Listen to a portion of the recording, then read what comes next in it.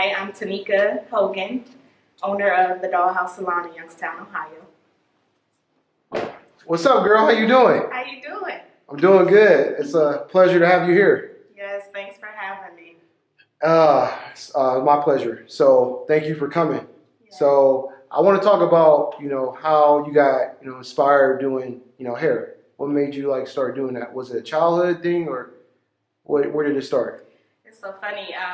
I used to go to the beauty shop with my grandmother all the time. Back then, the biggest shop was Clip and Curl on Indianola, Miss Paulette. Okay. And it was just fantasizing all the stuff that she had in her salon to make people's hair, transform from curly to straight, from straight to curly, all the different things. She would let me help her in the salon. I would change the trash. What's her name again? Miss Paulette Shields. Is she still alive? Doing hair right now. Where's she doing hair at? On Indianola at Clip and Curl. So that was your first person that inspired you? Yes, and then once I got in high school and found out that they had a program for Shop and Career Center, I enrolled, and at that time my hairdresser was Yvette Lee, which is Yvette Davis now. Okay. And she would let me come in and shampoo for her, and that turned into doing rinses and color and different things like that. And I went and did it, got my license, and I've been doing hair since 2005. My mom used to yell at me when I was younger because I changed my hair so much. You still do? Yeah. Every day? I do, once a week, sometimes twice a week. Nah, it's 3 times a week. Depending on how I feel. Every hairstyle doesn't go with every outfit. Okay. So take me back to your childhood. Did you say you got inspired by Miss Paulette? Mm-hmm. So what did she do that made you okay, I really like, doing hair. That's my passion. That's what I'm inspired by. What made you get inspired by her? What made her inspire you? What was the thing she was doing? It was amazing seeing how busy she was. As a little girl doing baby dolls and stuff, you would assume that. Is that where, hold up, is that where Babydol came from? No, Babydol came from being in a motorcycle club. That's a whole. Oh, all right, go ahead. But when you're younger, you play with baby dolls and stuff, and you think that that's just something you do to pass time. But sitting in the salon, I realized that doing hair was a whole career. I came from a family of labor workers. They worked at GM and worked at the hospital and different things like that. So it was nice to see something different than punching the clock and having a 9 to 5. And the way the women looked when they looked in the mirror, they felt good about themselves. Right. So I was inspired from that. Okay. So where, what was your childhood like, growing up? What was that like? My childhood was interesting. I came from a family of hardworking women. Of course, I have my Uncle Gene. Everybody knows Uncle Gene. But right. It was mostly women that dominated our family. And like I said, they were labor workers. They worked at General Motors. And they did what they had to do to provide for me, my sister, and my brother. We were the only babies pretty much in the family. So okay. I had a good childhood. I was spoiled. I had anything I wanted. And being that my grandmother and my mom worked so hard, I was able to dibble in the hair field a little bit with weave and different things and trying it on my sister. We were able to afford those different things for me to be able to experiment and find my love. My grandmother would have me rolling her hair at night. Back when they had jerry curls, I would be spraying the juice in her hair. Okay. Spraying the juice in her hair. But yeah, I had a really good childhood. I was able to be a child. I was able to experience child things, and I was a cheerleader, and I got to experience everything I wanted to do. My mom and my grandmother always encouraged us to do exactly what we wanted to do. So you grew up in an era that was the 90s, Fresh Prince, Martin Lawrence, The Martin Show, Bad Boy, Immature, Sister, and all that. Did you get inspiration off of any of those type of shows, or? I did. I used to. It's so funny that you asked that because I was thinking about this the other day. I used to watch Sister all the time. That was my show back in the day. That and Family Matters. Okay. And every hairstyle Laura had, or the twins on Sister, I just had to have it. I would bug my mom until I got the hairstyle. And it had got to the point where my mom was busy working all the time, so she didn't have the time to keep switching my hairstyles up. So that encouraged me more to learn how to do some things for myself. I would sneak when my mom was at work and try to talk like my cousins and my sister and them to let me do little stuff. Okay. So, taking you back to, when you were inspired by that, do you think those memories, like of those like particular hairstyles, you still do today? Or is it totally different from then and now? Actually, they have come back. Everything circles. It does it revamps and it switches up to have different names. Like back then, the knots that they wore on the shows with the curly hair in the back, we called that latch hooks and knots. Okay. But now it's called bantu knots and crochet. Okay. What's that? I don't understand the name. Well, crochet is basically hair that you weave in onto a braid with a latch hook needle. Okay. Some people call it hook and rug. From back in the day, you would make like little pillows or little rugs with a little yarn. I know what you're talking about now. To a certain pattern, but they do that with hair, which is very creative. I wonder who was the first person that thought of that. But back then, a lot of braids and curly hairstyles and stuff, it was in at that time. It has evolved a lot since then because now we have hair on the weft. Back then, my first allowance, I spent money on like a ponytail track of hair. We did waterfalls. Okay. Okay. What was your allowance like then? Like $5, $10? I mean, it was a different era. Yeah, my first allowance was I think I was in junior high, and I wanted a weave ponytail so bad. Back then, hair on the weft was like $10. Okay. Maybe $8, depending on what store you go to. I used to go to the store JB's. It used to be on Glenwood. It actually ended up burning down. Back then, you could get hair for $8 to $10. Okay, what stores did you go to that's not here no more? Oh my God, Red and White on Market. Oh, Market store, yeah. Oh yeah, I got experience with that. They had JB's. JB's was the best one. Like you could go to the drive-through. Yeah, chicken too. They had chicken. It was good. Pops, it was good. Hot pops, all that. You could get your weave and your pop all in one. Okay. Yeah. But I got a piano stripe pack of hair. It was burgundy and black. Okay. And it was about 8 inches. And me and my friend sat in her living room and twisted that ponytail on. And back then, that was sweet with the little knot in the middle. Okay.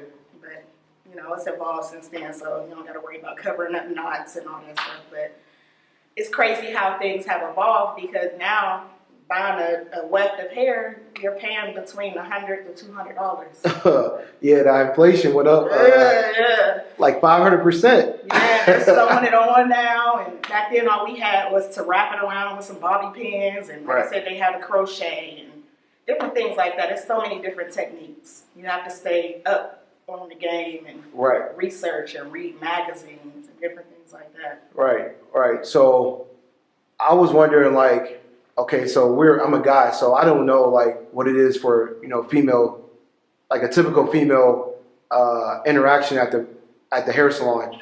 So what is something that we fellas do not know that women talk about that you can share that what goes on in a shop? Because we kind of want to know, we be in a barbershop. You've been in that barbershop, so you kind of seen how guys act too.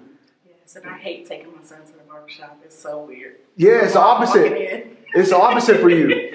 So it's like that for us. How is it? What's some type of conversations do women talk about now compared to when you first started in 2005? Well, that hasn't changed. But I will say, as a hairstylist, I'm a lot of my clients' confidants, so I can't tell you exactly what we talk about, but just know subjects. Subjects, home, family, kids, relationships.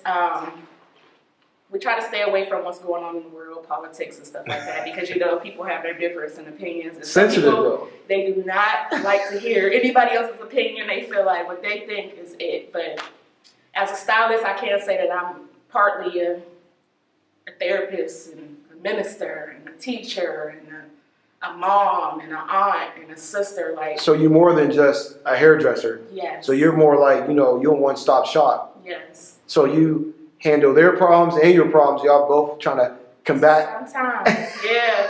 I had to get to a point in my life where I had to learn how to pray, because there would be things that my clients would tell me and it would weigh on me heavy to the point where it would make me feel heavy. Right. If that makes sense, because I love my clients so much. I see them sometimes more than I see my own family. So sometimes I had to go home and pray heavy for them and let it go. Right. Because, you know, you get attached to people and you want what's best for them and you worry about them and different things like that. So with certain things, I had to learn how to separate it, because it becomes a lot. It becomes a bit much. Right, right. So how do you separate like your business and personal life, or your brand and, you know, what you're doing, you know, with your, you know, how do you separate that with your family? Well, what I do now, what I didn't do before, is I made it to where I have business hours. I had to do it. Just recently, I logged out of all my personal social media. I feel like we're in an era where being on the internet is so popular, where people feel like they need to have access to you all the time. They need to know everything about you. And it weighs on your business, because I am the dollhouse salon. And people don't know how to separate the two. Correct. When they see me, they see the dollhouse. And correct. I'm a person with feelings just like everybody else, but I hate the fact that in this era, it's like if you don't tell, it's like you're hiding stuff from people. When back in the day, the things that people know about you is things that they would have never known. But right. Everything is so out in the open. You can find anything online. So what I did was I took all my personal social media off. I only do business. I separated my personal cell phone from my business cell phone. I have it on the app. I could cut it off after hours. And I made it to where my clients would have to schedule online, because even that was taking a toll on me, because I would be getting calls at like midnight and I'm trying to put my kids to sleep. Like, people, wow. they don't understand that this is my career. They it's look your at life. it like, I need you now and that's right. it. And right. I also have a life. I have 2 children. I have a 9-year-old and a 3-year-old, and they require a lot of my time. And I also have my uncle at home, and they all require my time. But I have to separate business and personal, just like how doctors do. We can't call our doctors up in the middle of the night and just barge on their life. Right. So right. we kind of have to treat our hairdressers and barbers and things as such. And it made me appreciate other people that have businesses sort of like mine. I didn't realize how needy we could be with certain things. Like, getting your hair done is a luxury. Yeah, you know? It is. And people treat it like it's a necessity. They will get their hair done before they pay their bills. And that's a no-no. You have to, and then I have to lead by example with that. Like, right. I have to teach you that this is a luxury, not a necessity. Now, we want you to have healthy hair and keep it together, but I'm going to teach you how to manage without me. Okay. I don't want you to feel like you completely need me. Right. Like, I tell my clients all the time that come and see me every 2 weeks. Like, I'm proud of you. We're doing a good job of growing your hair, because you only see me about 4 times out the week. Say you come every week. You see me 4 times out the month, I mean. Right. And in between that time, you have to do some work too. You got to wrap up your hair. You got to comb it. You got to. So you're saying they need to take. So you're saying that you're teaching your clients how to treat like their hair without you having to tell them. You're trying to give them game. In between time, yes. Yeah, until you see them next time. So the hair is as bad as it should be. Exactly. Am I right? Yes. All right. Yes. Okay. All That's right. the point. Like. All right. Some people, they just don't know anything about hair. And that's okay, because I was told years ago by one of my elders, like, there's somebody out there to do anything we need. Sometimes it's best to allow someone to do what they're good at instead of trying to do everything ourselves. Right, right. And I had to teach them, because it was weighing heavy on me. Like, I can't have you calling me in the middle of the night because your curl dropped. Like, right. Come on. Right. You have to learn how to manage. But it's not saying that I don't want you to need me, but you only need to need me once a week. Right. During business hours or whatever, you right. know, whatever is manageable. So my question is like, what are some like things that you wish you did different, you know, like then that you do now? What was like some of the things you mentioned? A couple things, but is there like other things you wish you'd have done, like little things that people may not know that you wish you could have done better?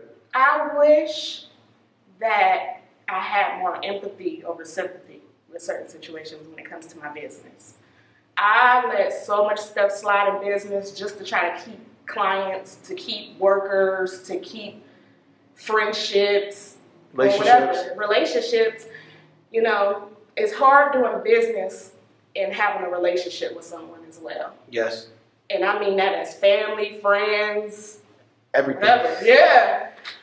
Everything. We can be very lenient with things, and it causes people to think that that's the way that they should treat you. Right. Like I would let people get away with paying me 2 weeks after the hairstyle is gone, or allowing clients to call me on my off day and going in later than what I should, and neglecting my personal health because they needed me. Right. And at the end of the day, it didn't do anything but teach them how to mistreat me. Right.